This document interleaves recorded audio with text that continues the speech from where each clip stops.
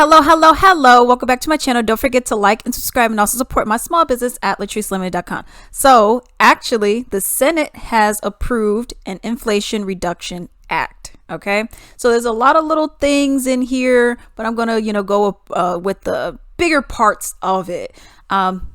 First off, it seems like, oh man, this seems really cool, right? You guys have approved this Inflation Reduction Act. What all does this mean? You're doing something for the people. Finally, is this the moment we have all been waiting on? Is this what we've all been like? Okay, yes, because as you guys can see right here, this is a guy who is very happy about what got accomplished. As you know, it's been a long, tough, and winding road. At last, we've arrived, and we are elated. Every member of my caucus is elated about what happened because we've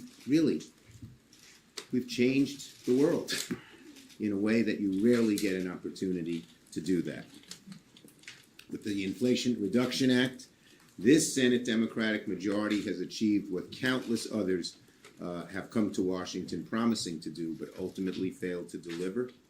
And I am really confident that the Inflation Reduction Act will endure as one of the defining feats of the 21st century. As you can see, he's like, yes, this is a historic moment, victory, right? So let's see what's going on with this act that they got going on, right? So it says Senate approved Inflation Reduction Act clinching long delayed health and climate bill. The sweeping bill, named the Inflation Reduction Act, will represent the largest climate investment in U.S. history and make major changes to health policy by giving Medicare the power for the first time to negotiate the prices of certain prescription drugs. All right. And one of the main ones that, is in the news and the media that people are talking about is insulin. OK.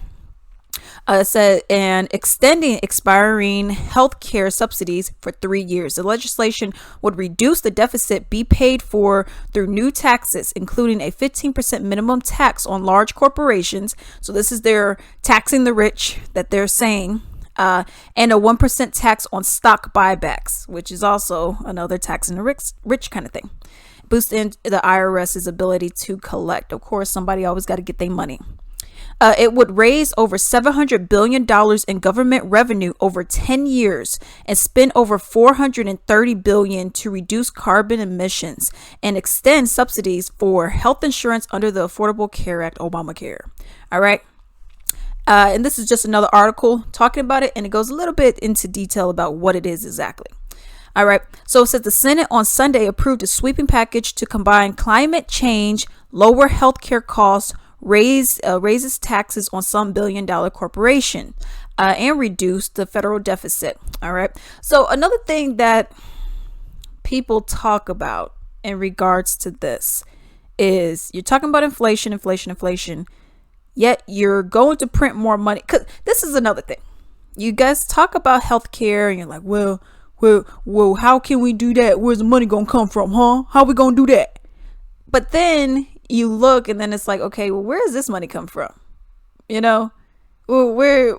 So to fight inflation, you're going to print more money to stop the inflation, but wouldn't that help with the inflation? And another thing, you're talking about climate, that's one of the things it said, it's going to combat climate change. Well, what does that mean? Because you got a lot of these Republicans too, who Democrat and Republicans, whatever. You got a lot of them who are like, well, climate change ain't really happening, y'all. That's just a ruse because the man told you to think that, and all this other crazy stuff that's actually going on. But I want to know exactly, what are you going to do? I want to know each step at a time. What are you going to do? What are your plans to accomplish this? You're talking about lowering healthcare costs because you care about us so much, which, that's great. I love it. But let's get to the climate change, because as you guys have been seeing, and I don't know if you guys have been seeing, but I hope you guys have been seeing. Okay. Like, for example, we have in Seoul, South Korea, they had a huge flood. It actually killed up to, from what I know so far, 9 people have died from that. Okay. And it's very upsetting about what has happened. You also have in Europe, you have a whole energy crisis, whole climate change thing going on over there. You have platforms for like airplanes and whatnot. They're melting. They're getting like the hottest days, like up 10 degrees than what it's normally supposed to be at, what the other trends have been showing. So we are having a huge problem, not just here. And obviously, you look in America, we got our forest fires. You have serious droughts. You got areas that there's no rain for months and months and months. You got all of these other different issues that are going on. You got crazy sinkholes that are popping up out of nowhere. You got lowering the levels of the water. Lake Mead, for example, there was a fourth body that was found so far. You got in the Swiss Alps, for example, you got all the, because you have the temperatures are going up and it's melting that ice, it's melting that snow and whatnot. So a new story, which I just found out about today, where you have a aircraft from like 1968, I believe, and it was found. It was just found there. And they're like, oh, how the heck did this get here? So it's a lot of crazy things that are happening with climate change. And you're saying you're going to help combat climate change. I want to know exactly what you're doing, because we are to a point. We're on our last leg. You can't just be like, well, we'll worry about it. And we got 10 years. We'll worry about it in the 9th year. We'll worry about it. No, it needs to be happening now. That's the problem that we have. All right. So another thing that I was thinking about, okay, what about this fossil fuel? Okay, what about the fossil fuel industries? Can we try to combat that in some kind of way? What are we doing? Because if you guys are making your living off of this, in all reality, y'all multi-millionaires, billionaires, you don't need no more money, but whatever. You guys have people who are profiting off of destroying the environment. So yes, I would like to know exactly what are you planning on doing? Are you guys going to like stop all that? We're not doing that. Okay. Because I'm curious what's happening with the military. Are you guys going to stop giving more and more and more and more and more aid like you guys have been doing? No, we're not going to do that. Okay. I'm just curious how you're going to stop this, how you're going to combat climate change when you're not touching on the things that are helping to aid in climate change.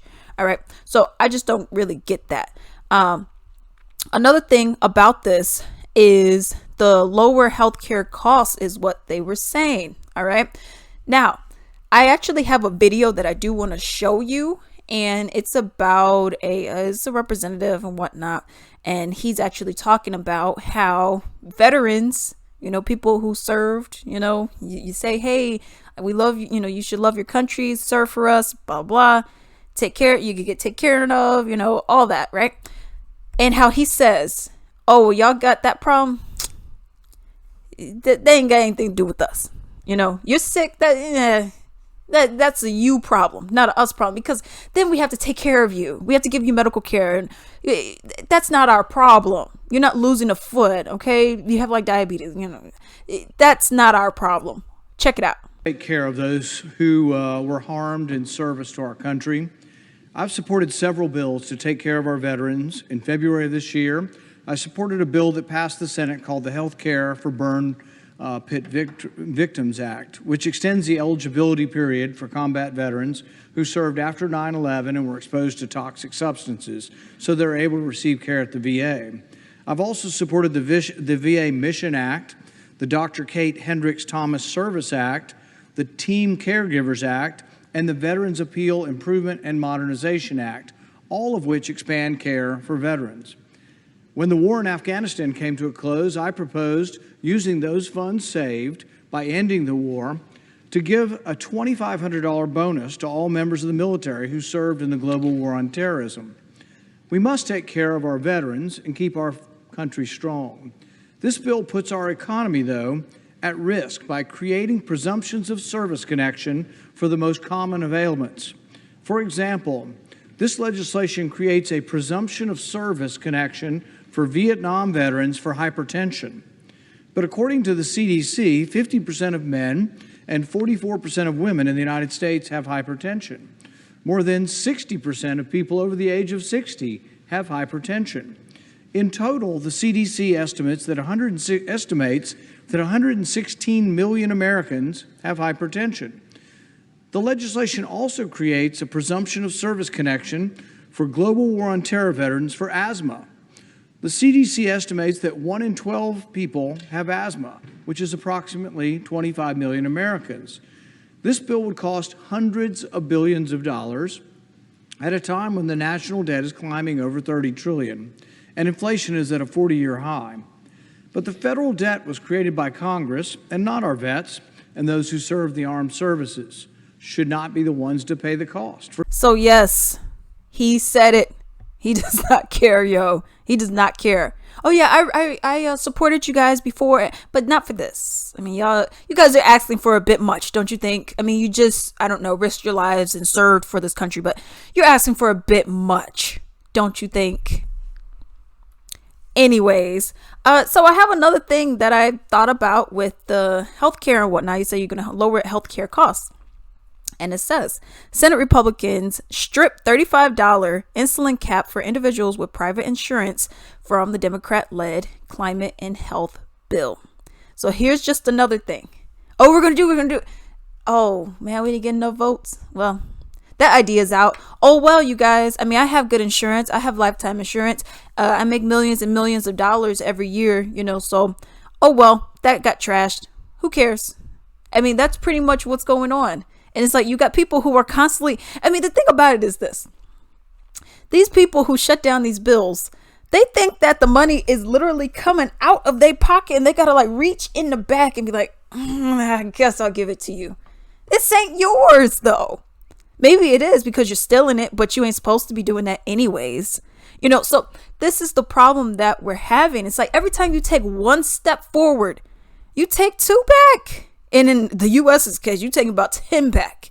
So we're not getting anywhere. You just said this and then it's like, oh, well, I mean, sorry, we got to take it away.